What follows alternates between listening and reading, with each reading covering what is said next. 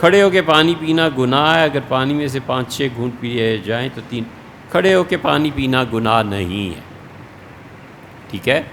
حنفی فقہا نے اسے بہت زیادہ لکھا ہے تو مکروہ تنزیہی، یعنی اچھا فعل نہیں ہے۔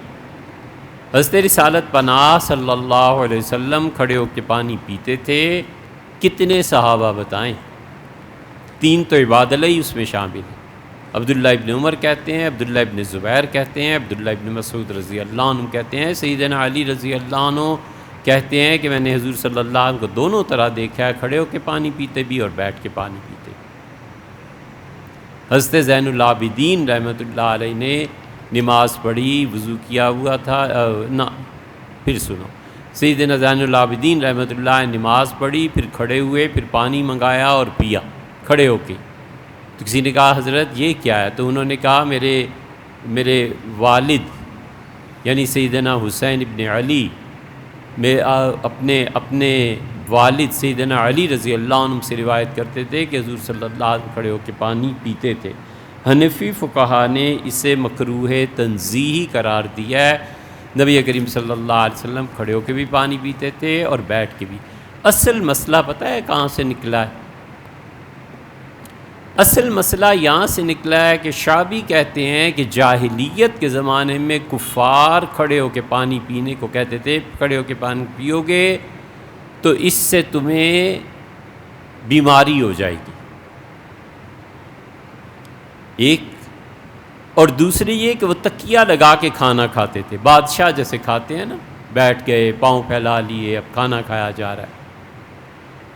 حضرت رسالت پناہ صلی اللہ علیہ وسلم نے ان کی اس رسم کو، اس بد عقیدے کو توڑنے کے لیے کہ کھڑے ہو کے پانی پیو گے تو بیمار ہو جاؤ گے، خود کھڑے ہو کے پانی پیا کئی بار،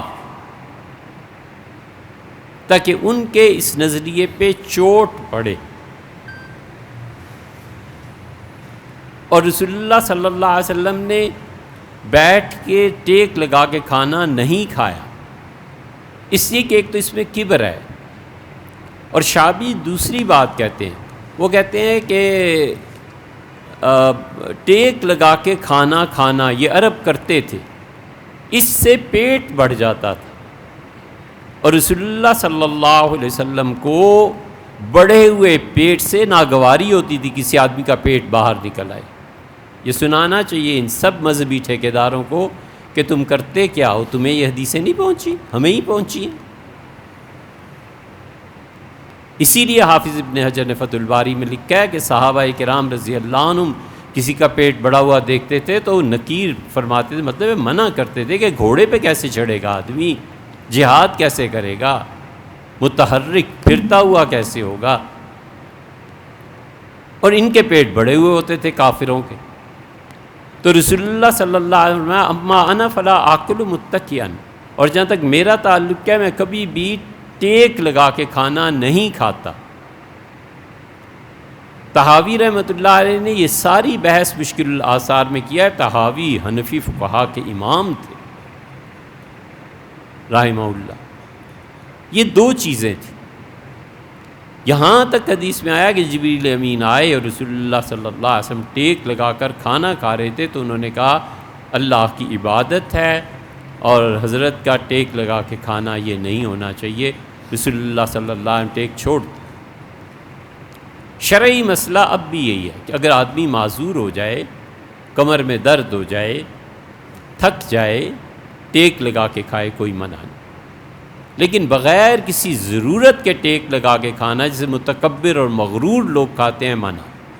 آسان چیز یہ دو رسمیں تھیں جن کا رد کرنا تھا۔ عرب ہمیشہ برا سمجھتے تھے کھڑے ہو کے پانی پینے کو، اور ٹیک لگا کے کھانا ان کی عادت تھی بادشاہوں کی طرح۔ حضور صلی اللہ علیہ وسلم دونوں کا رد کیا۔ ساری تفصیلات دیکھنی ہو تو سب سے اچھی بحث قدوری انہوں نے امام طحاوی رحمۃ اللہ علیہ نے معانی الآثار میں کی ہے، اس کو دیکھنا چاہیے۔ انہوں نے تو مکروہ بھی نہیں کہا، انہوں نے مباح کہا ہے، اور جو بھی آدمی کھڑے ہو کے پانی پیتا ہے زیادہ سے زیادہ مکروہ تنزیہی ہوا، اور اس کے ساتھ جب 5-6 گھونٹ پیے گا تو 3 والی سنت ادا ہو جائے گی۔ ایک حدیث رہ گئی حضور صلی اللہ علیہ وسلم کے متعلق، یہ آتا ہے کہ آپ ایک گھونٹ کر کے پانی پیتے تھے، تو تینوں، چاروں، پانچوں ابن قیم زاد المعاد میں لائے ہیں، اس پہ بھی عمل اگر کرے گا کوئی تو بھی حضور صلی اللہ علیہ وسلم ہی کا طریقہ